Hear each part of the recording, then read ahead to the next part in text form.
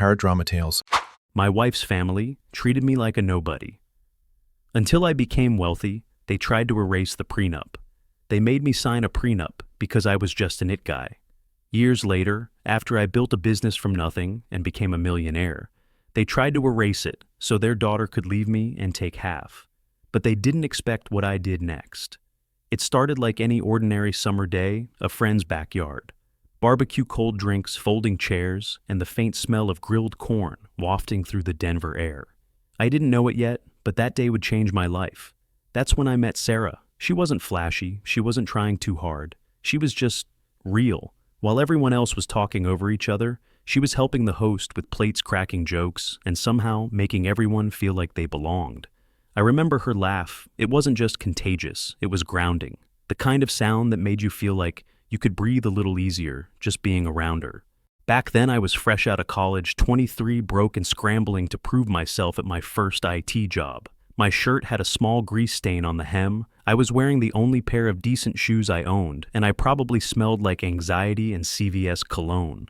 But she didn't seem to notice, or maybe she just didn't care. We ended up sitting together by the fire pit after most people had left.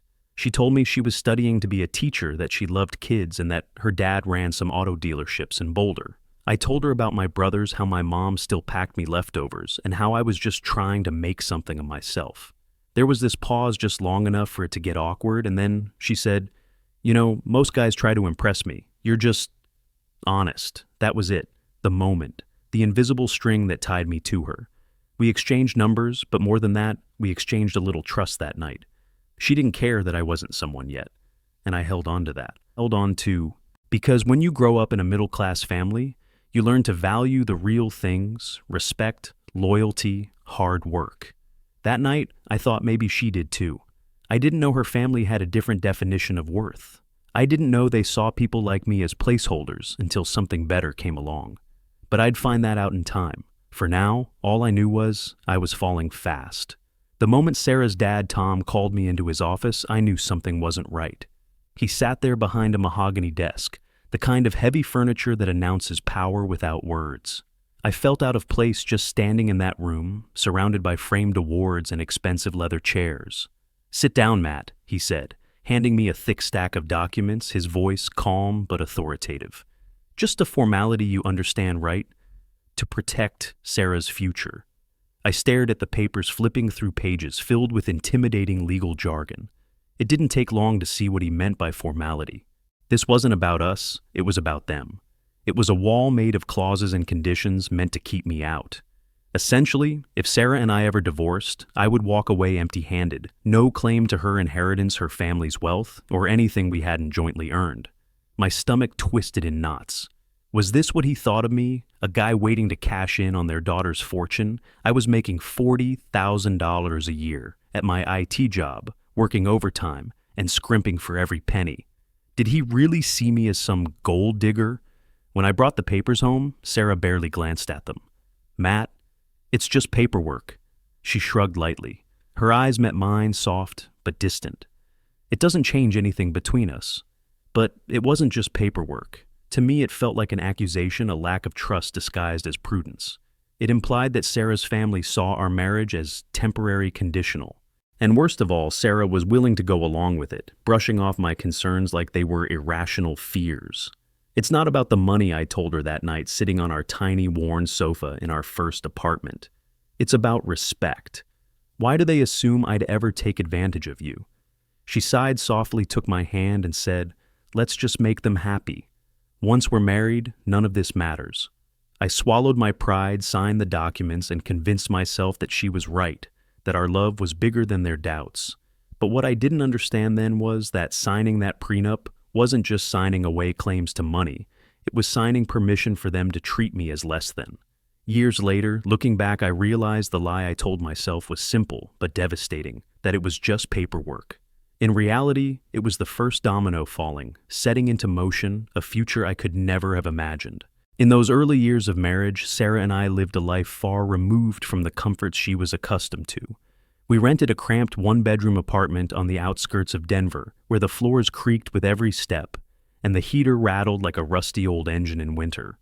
I woke early every day grinding out long hours at the IT firm, quietly hoping each paycheck would inch us closer to financial stability. Sarah adjusted admirably, taking a teaching job at a local elementary school. She embraced our modest lifestyle, at first cooking meals at home and clipping coupons with a smile. But each weekend visit to her parents' sprawling suburban home reminded us both of the gap between our worlds. At family dinners, her mother Diane would greet us warmly, but there was always something behind her smile, a quiet pity reserved just for me. Tom's passive-aggressive jokes hit even harder. Still plugging away at that IT thing, Matt, he'd ask casually, swirling a glass of expensive wine. Maybe someday you'll hit the big time. His words felt harmless to everyone else at the table, but to me, each syllable dripped with condescension. There was one Christmas in particular that stands out. Sarah's family exchanged lavish gifts, designer clothes, luxury watches, and weekend getaways. I had saved diligently for months just to buy Sarah a delicate gold necklace I'd noticed her admiring. When she opened it, her eyes lit up. But Diane, in her saccharine voice, said softly, "How sweet, Matt, thoughtful as always." Sometimes the simplest things mean the most. Simple.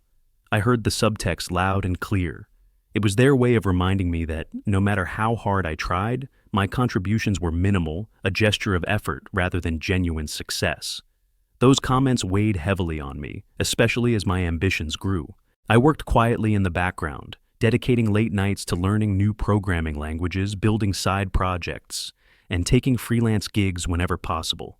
Sarah saw me working tirelessly at the kitchen table, under the dim glow of my laptop. "Why push yourself so hard?" she gently asked. I'd smile, exhausted but determined, and reply, "I have something to prove." But I kept my ambitions quiet, unwilling to share them with her family, afraid they'd dismiss my dreams as naive fantasies. Each success became private, hidden from view, celebrated alone. Yet through every subtle jab and patronizing smile, I remained silent, determined to let my actions speak louder than their words.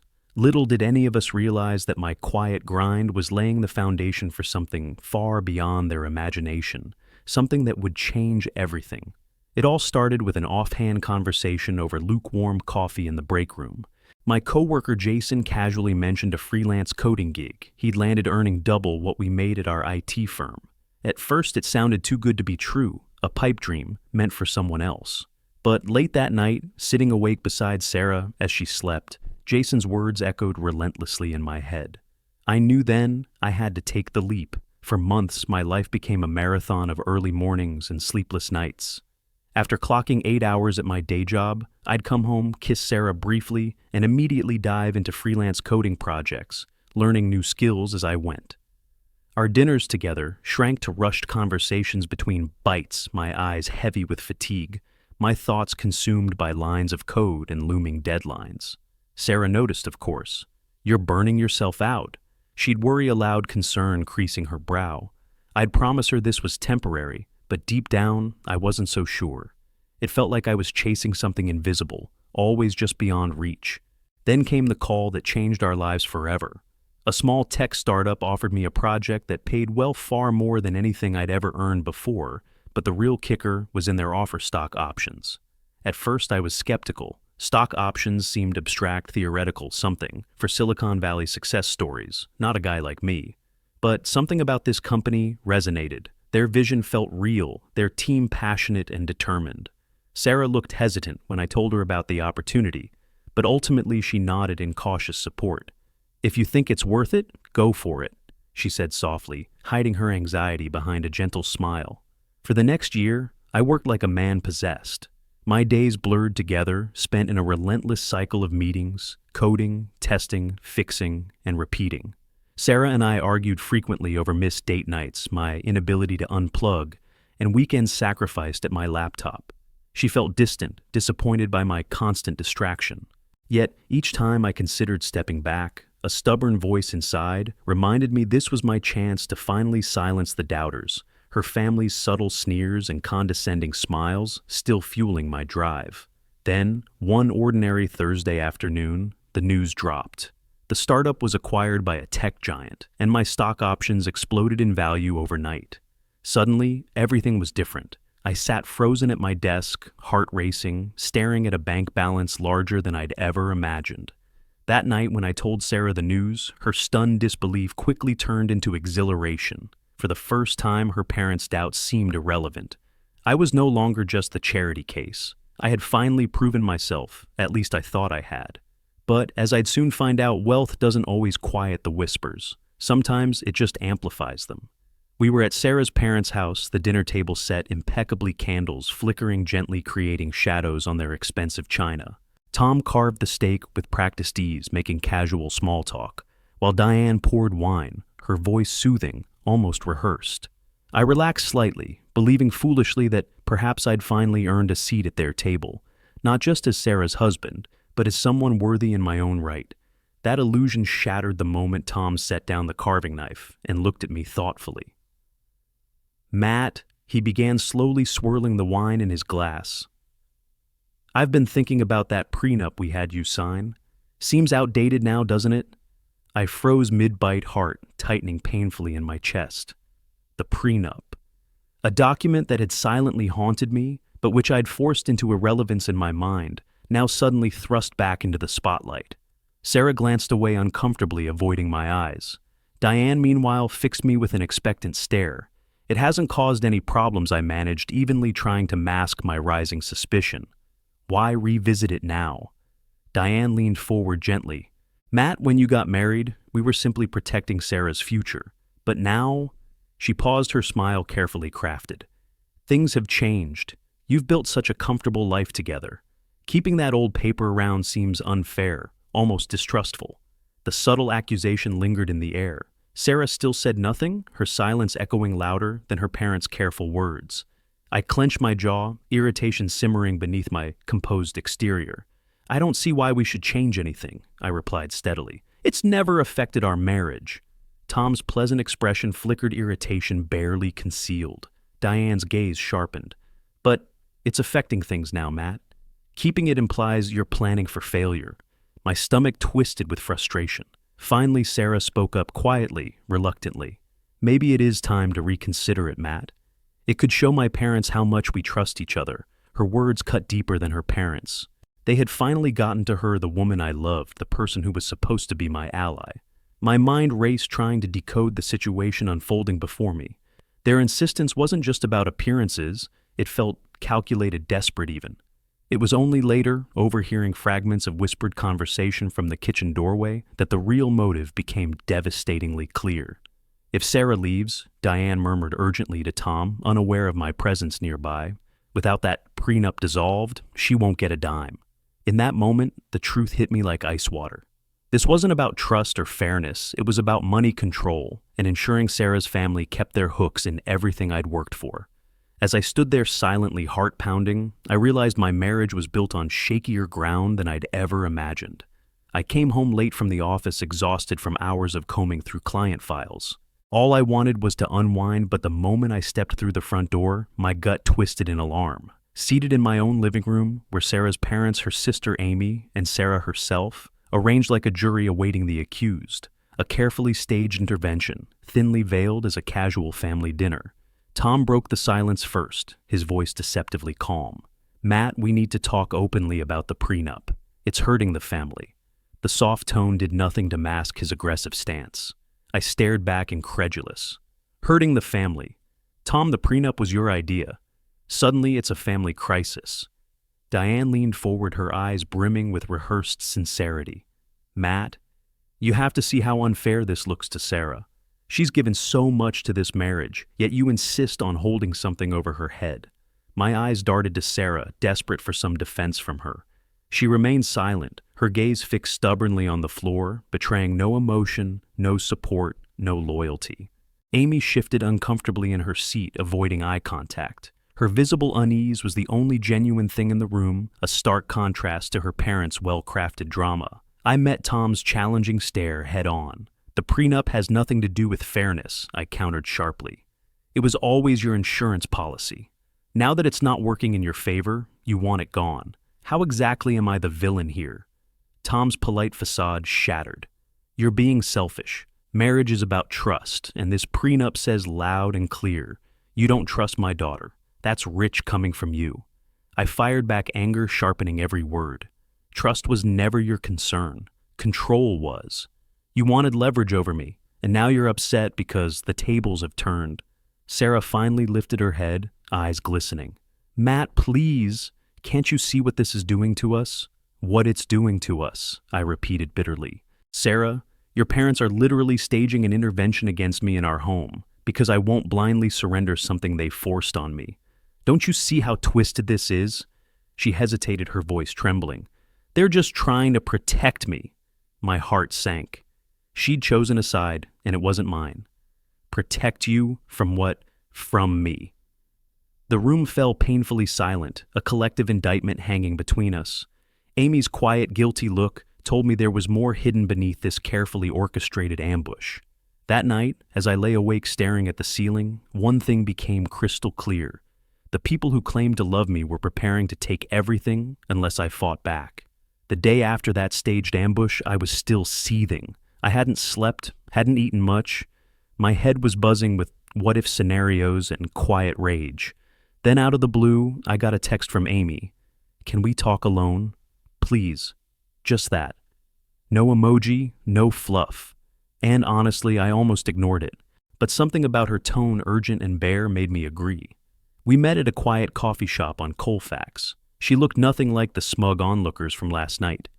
Amy was pale, hands trembling as she stirred a coffee she never drank. I waited. She didn't know where to start. Finally, after what felt like a lifetime, she said it.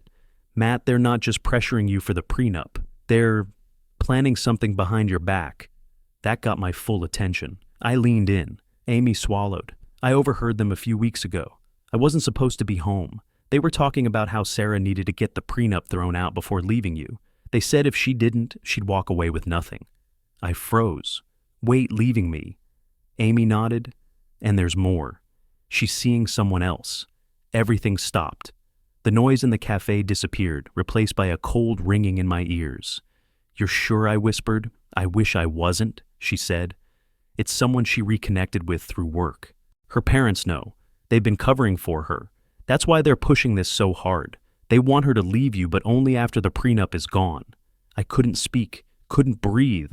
My marriage, my life, was apparently being played like a chess game, and I was the pawn they assumed would never notice until checkmate. Amy looked devastated. I didn't want to be part of it. That's why I'm telling you. You don't deserve this, Matt. I thanked her, numb but grateful.